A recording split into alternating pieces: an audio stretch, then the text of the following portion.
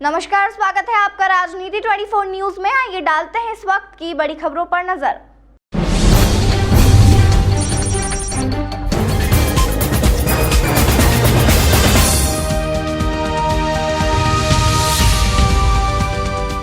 इंदौर के रोबोट चौराहा के समीप मंदिर के आसपास सीलिंग की जमीन पर अवैध रूप से कब्जा करके रहने वालों पर प्रशासन ने आज कार्रवाई की, जहां बड़ी संख्या में अवैध निर्माण को ध्वस्त किया गया। दरअसल बुधवार की सुबह शहर के रोबोट चौराहे के समीप निगम की जेसीबी बुलडोजर दल बल के साथ पहुंची और देखते ही देखते पुलिस टीम की मौजूदगी में एक के बाद एक कई अवैध निर्माण ध्वस्त कर दिए गए। एसडीएम घनश्याम धनगड़ ने बताया कि करीब 1 एकड़ भूमि को आज अतिक्रमण मुक्त कराया गया। निगम और पुलिस बल की मौजूदगी में बड़ी संख्या में अतिक्रमण करने वालों ने कई भवन तान दिए थे, जिन्हें आज कोर्ट के आदेश के बाद जमींदोज कर दिया गया। कार्रवाई के दौरान कई लोग अपने अधिवक्ता लेकर रिमूवल अधिकारी व एसडीएम के पास पहुंचे और कार्रवाई रुकवाने की बात कही, किंतु कार्रवाई नहीं रुकी। वहीं दूसरी ओर मंदिर के पुजारी ने बताया कि उन्होंने मंदिर के समीप एक आश्रम बना रखा था, उसे भी गिरा दिया गया है। मंदिर के पुजारी और अधिवक्ता कार्रवाई में भेदभाव करने का आरोप भी लगा रहे थे। सर, ये 35 साल से इस मंदिर का मैं पुजारी हूँ और ये हमारे पिताजी ने कहते हैं 35 साल पहले ये प्लाट लिया था और यहाँ पर एक गट्टू पहलवान करके भूमाफिया है, उसी ने इस एरिया की समस्त शासकीय भूमि पर कब्जा करके अवैध रूप से अतिक्रमण करके कॉलोनियाँ काट दी। उस व्यक्ति ने ये पूरी 6.5 एकड़ में मारुति मंदिर कलेक्टर महोदय जिसके मालिक है उस पर कॉलोनी काटी, उस पर कोई कार्रवाई नहीं हो रही है। आम हम लोग जनता रहवासियों पर यह कार्रवाई हो रही है। आज इस मंदिर में आने वाले भक्तों के लिए मैंने ये छोटा सा आश्रम बनाया था, जिसमें 22 जनवरी को मैं रामलला जी की स्थापना करने वाला था और संत समाज आते हैं, कांवड़िया आते हैं। मंदिर के भक्त महिलाओं भजन मंडली के लिए बाथरूम टॉयलेट की व्यवस्था नहीं है, चाय पानी भोजन प्रसाद हम लोग भंडारे की व्यवस्था नहीं है। मंदिर के अलावा भी यहाँ पे आसपास अतिक्रमण था, कुछ और भी मकान बनाए हुए हैं। हाँ जी, ये सामने पूरी कॉलोनियाँ हैं, 150 मकान है। इनको छोड़ करके मात्र 6 लोगों पर ये अवैध रूप से कार्रवाई कर रहे हैं। अगर करना है तो सभी पर समान रूप से एक समान कार्रवाई करें। आज हम लोगों को सब तरह से इन्होंने बर्बाद कर दिया। स्टे ऑर्डर आने के बाद भी इन्होंने सुनवाई नहीं की और लगातार एक तरफा जैसे कसम खा के आए हैं कि आज इसको तोड़ना है आश्रम को।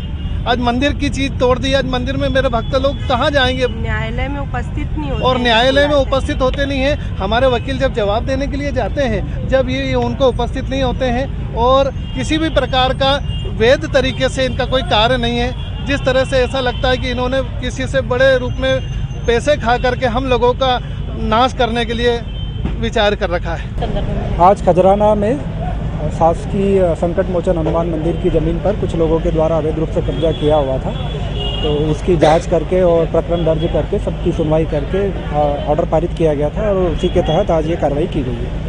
सर, किसके द्वारा जो ये है इसमें अलग अलग लोगों के द्वारा किया गया था, उनकी अलग अलग सूची बनी हुई है, वो हम आपको उपलब्ध करा देंगे। कितने एकड़ जमीन जो है मुक्त? ये लगभग 1 एकड़ के आसपास भूमि है जिसको हम मुक्त करा रहे हैं। कितने समय से यहाँ पर संचालित हो रहा था? ये काफ़ी लंबे समय से यहाँ पे इनका अवैध रूप से कब्जा करके उसका व्यवसायिक उपयोग कर रहे थे। ये मामला अवैध कब्जे का था, अवैध कब्जा और अवैध निर्माण को लेकर के था और इस मामले में पूरा कोर्ट के अंदर भी पूरे केसेस चल रहे थे।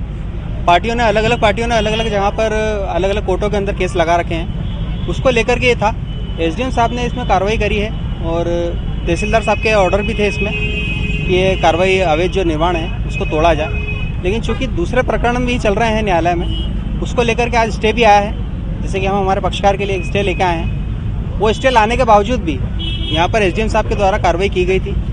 उसके बावजूद भी बहुत सारा हिस्सा उनका हमारे पक्षकार का तोड़ा गया। बहुत सारा नुकसान आप देखेंगे पीछे की तरफ, पूरा मकान उन्होंने लगभग पूरा ध्वस्त कर चुके हैं एक तरीके से, पूरा नष्ट हो चुका है। हमारे पक्षकार शैलेंद्र जोशी हैं, पंडित जी हैं, जिनकी तरफ से हम यहाँ पे उपस्थित हैं और उनका प्रकरण ऑलरेडी माननीय सेशन न्यायालय में भी चल रहा है और वहीं से हमें एक ऑर्डर भी मिला है। आज ही हमने सुनवाई करवा के एक ऑर्डर स्टे के लिए लिया है। उसके बावजूद भी हम यहाँ पर जब ऑर्डर लेके आए थे तो एसडीएम साहब ने ये कहते हुए कि इसके ऊपर कॉपी की साइन ही नहीं है, हमें हार्ड कॉपी चाहिए। पहले वो हार्ड कॉपी को लेकर अड़े रहे कि हमें हार्ड कॉपी चाहिए।